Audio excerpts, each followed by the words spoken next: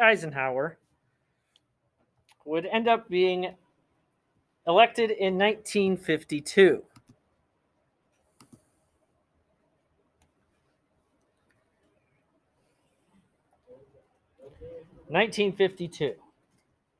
He will end up being elected President of the United States. He is what we would refer to as a shoo-in. Because of his popularity in World War II, both parties actually pursued him to run for President of the United States. So both Republicans and Democrats wanted him to run. And actually, he wasn't really involved in politics at all, and he voted a few times before this because most military officers wanted to be neutral. That's kind of cool that both sides actually wanted one guy. Yeah. What did you say? My grandfather was too. Oh, yeah? So he didn't vote for Eisenhower. His father did, though. So Eisenhower, when he ran for office, it was widely expected that he would win. As many of you pointed out, he was already a little bit older, so he picked a younger person to balance out his age to be vice president. And the person he picked was Richard Nixon. So Richard Nixon would be his vice president.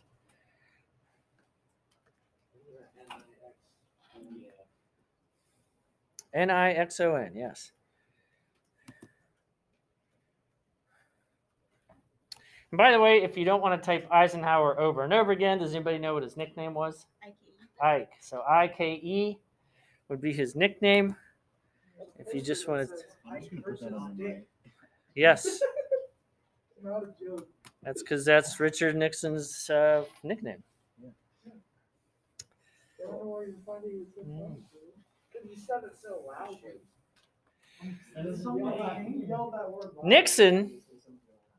Nixon was accused of having what is called a slush fund. A slush fund. So Nixon was accused of having a slush fund. What that means is he was accused of pocketing money from people, taking advantage of his office. So he was accused of having a slush fund.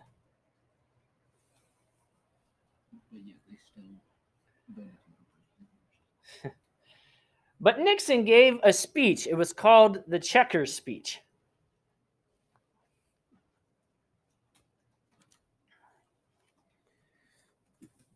The Checkers? The Checkers speech. And the reason why it's called that is because he said, I have received no money. The only thing that I got was a gift for my kids. That's a dog. And we named it Checkers. So he gave a televised speech where he said, we haven't received anything except this dog as a gift. And to prove it, he also released his taxes. So he showed people exactly what he had taken in the previous years. And the reason why that's important, because he's not president, he's just vice president, is because it started the tradition of presidents releasing their financial information.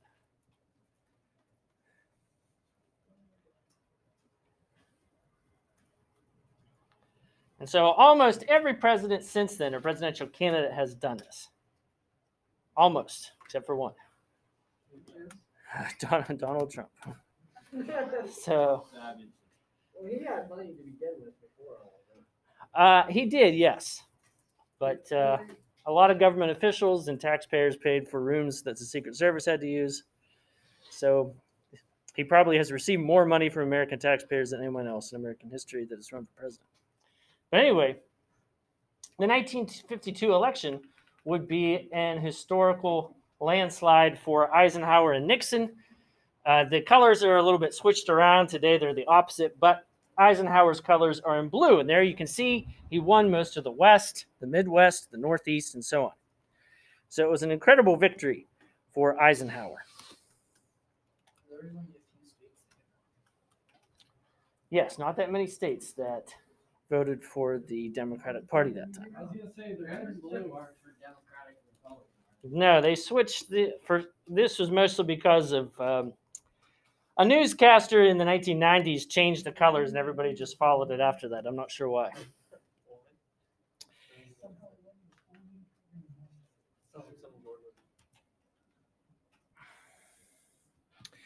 Eisenhower being that he was a general during World War II, he ended up promoting a lot of his foreign experience, his experience involving other countries.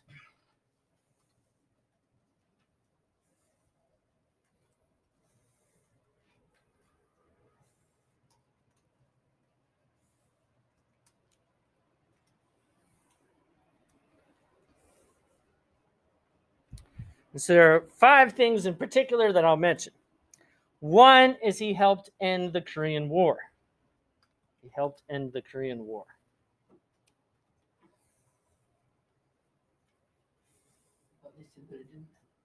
What's that again?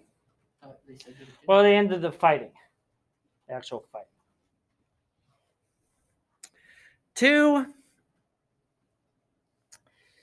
is he will send aid to South Vietnam. That will get us in some trouble later on. So he sent aid to South Vietnam.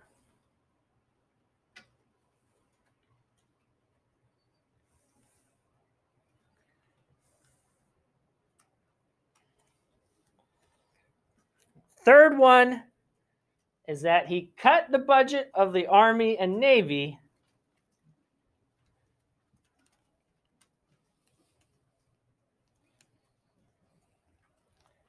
but increased the Air Force.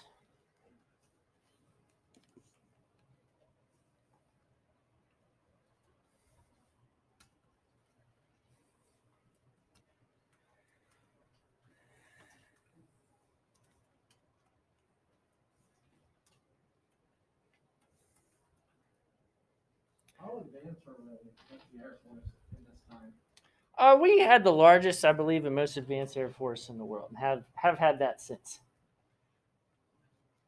In fact, some of the stealth bombers that were created during this decade, we still use the basic design of them today. The CIA, the fourth item would be the CIA was used to carry out covert operations. The CIA was used to carry out covert operations. Now, what does covert mean? It means secretive, yes. So instead of sending an army in, for instance, to a Latin American country to help stop communists, he would send the CIA spies, a network of spies in to try to help out the people that were against communism. It would have been, except there were really only 2 choices at the time in Latin American countries: communists or fascists. So we always ended up siding with fascists, which were actually very terrible people. But they weren't communists. So it was a lose-lose situation, yes.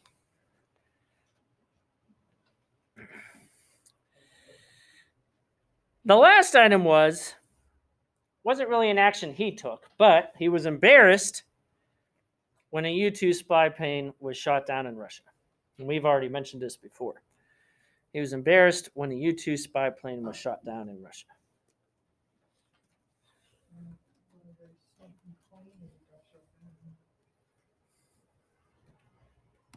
Well, it's kind of hard to sneak a plane through the air. No. It's called a spy plane for a reason. Yeah. Well, they do have stealth technology that can have them avoid radar, but there were some complications with this particular plane, and so it ended up crashing. So it crashed. You didn't get shot. Well, when you do get shot down, you do crash. No, well, you crashed. See, in now a your fireball. engine couldn't shut. Yeah. Yeah, the invisible boat.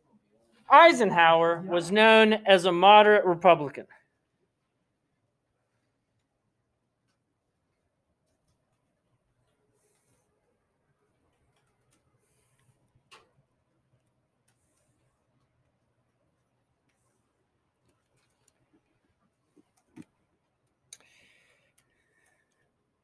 What that means is he wanted the government to be conservative with money, but liberal with people. Conservative with money and liberal with people.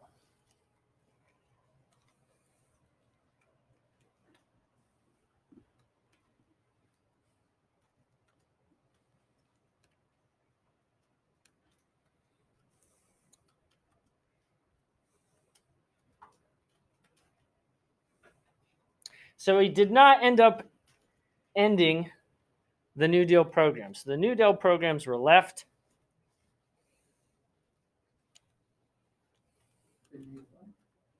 The New Deal programs were left intact.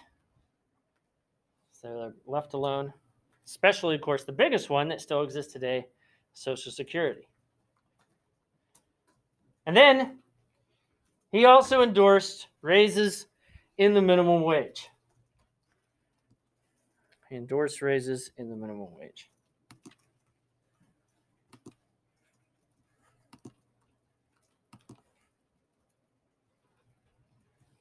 What?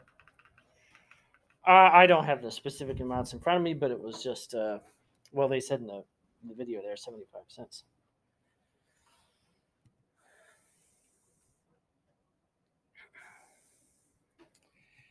That was after that. I'm not sure. I'd have to look that up.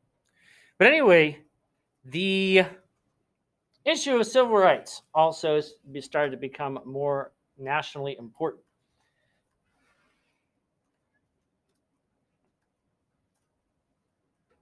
The first item that happened was the Supreme Court case known as Brown versus Board, B-O-A-R-D. Brown versus Board. 75 cents. I don't know what the specific amounts are. Did you? Okay. There you go. Brown versus Board of Education.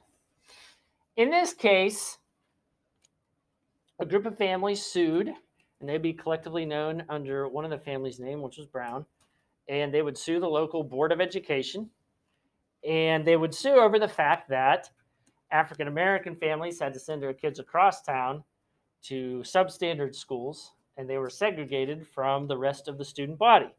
And so they sued basically to end segregation, and the Supreme Court actually ended up agreeing with them, overturning previous cases. And so the result of Brown versus Board is that schools were ordered to desegregate. So no more segregation in schools.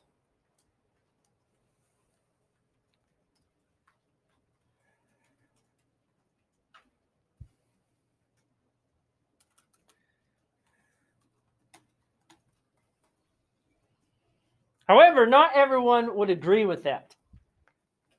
Obviously, mostly in the South, but also some other places too, including some northern cities.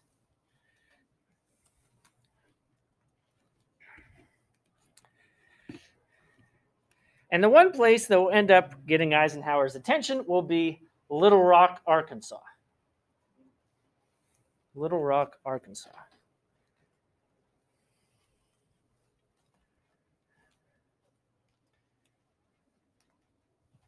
There, 9 students had requested to attend the high school.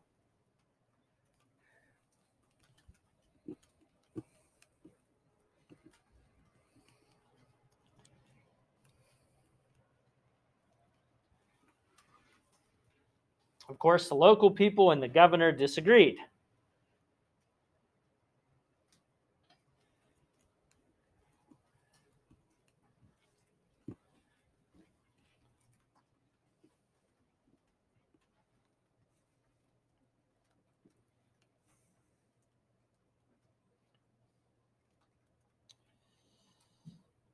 The governor then used the National Guard to stop the 9 students from going to the school.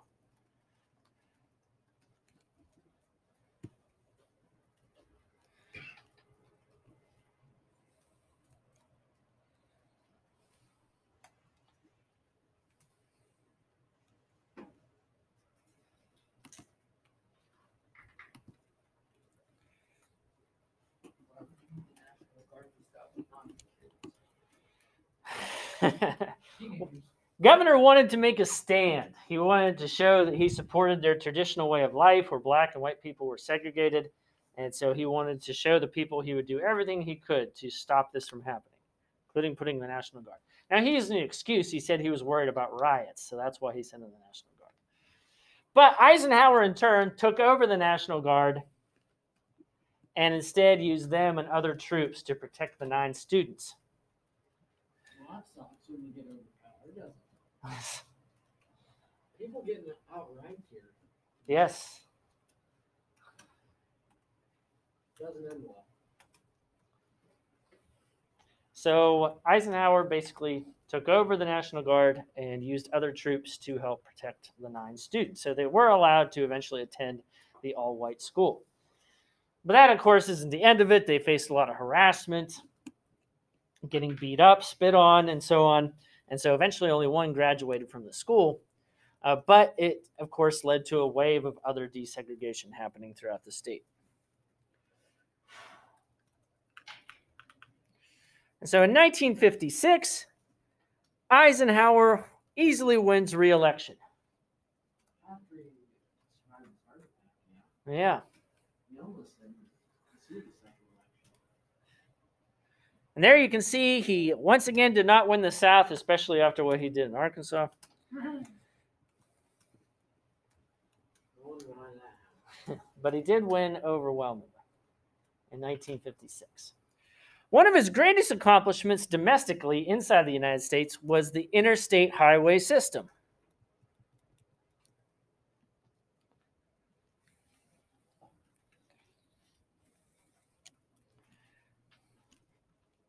The interstate highway system would help develop a national set of roads. A national set of roads.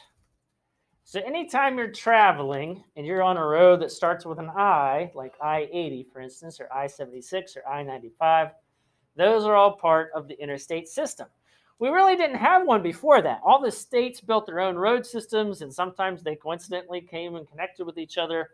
But there was no real good national system to drive from one part of the country to another. As a former military man, he knew that was important because if the country was ever invaded, we didn't want to have to use a haphazard road system for the military to navigate through to get to wherever they were needed. So instead, we needed an interstate system. And so it ended up creating a whole network of highways that go across the country. So you've been driving around for a while, they go out away to the next country, next state. Yes. Another thing that he would do, or at least sign, excuse me, was the National Defense Education Act.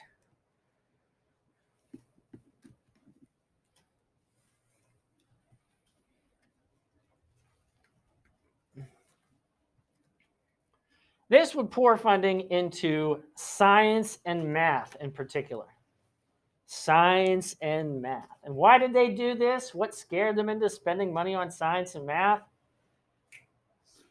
Yes, Sputnik. So when the Soviets launched the Sputnik satellite, that scared Americans, and so they believed they needed to spend more on math and science.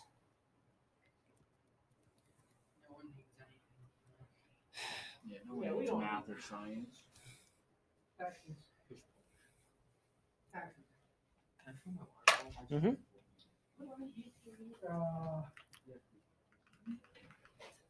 How have you learned anything about history? History helps us realize what happened and how we can change to prevent that from happening. That's right. Slumping economy would be the last thing we'll say about Eisenhower. Many presidents leave office less popular than when they came in, and that's because they've been around for a while. People get disappointed. They don't get all their goals achieved. And Eisenhower wasn't any different. His popularity slightly declined toward the end as well. As I said earlier, he believed that the government should be conservative when it comes to money. So he ended up decreasing spending. So he decreased government spending.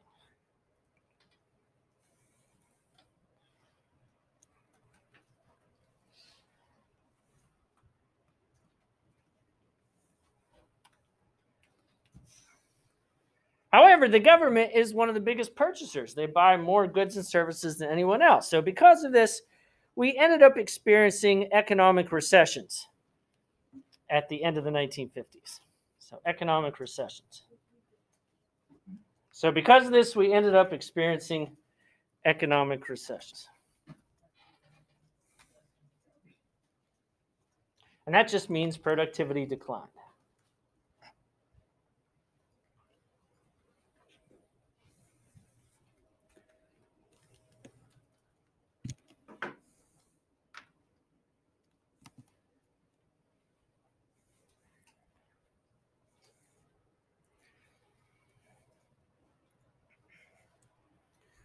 So that's all the notes for today.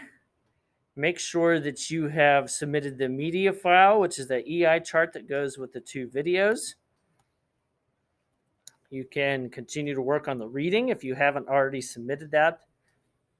And then, of course, if you weren't here yesterday, we completed the journal 7-1, which just asks you what did you know about the 1950s.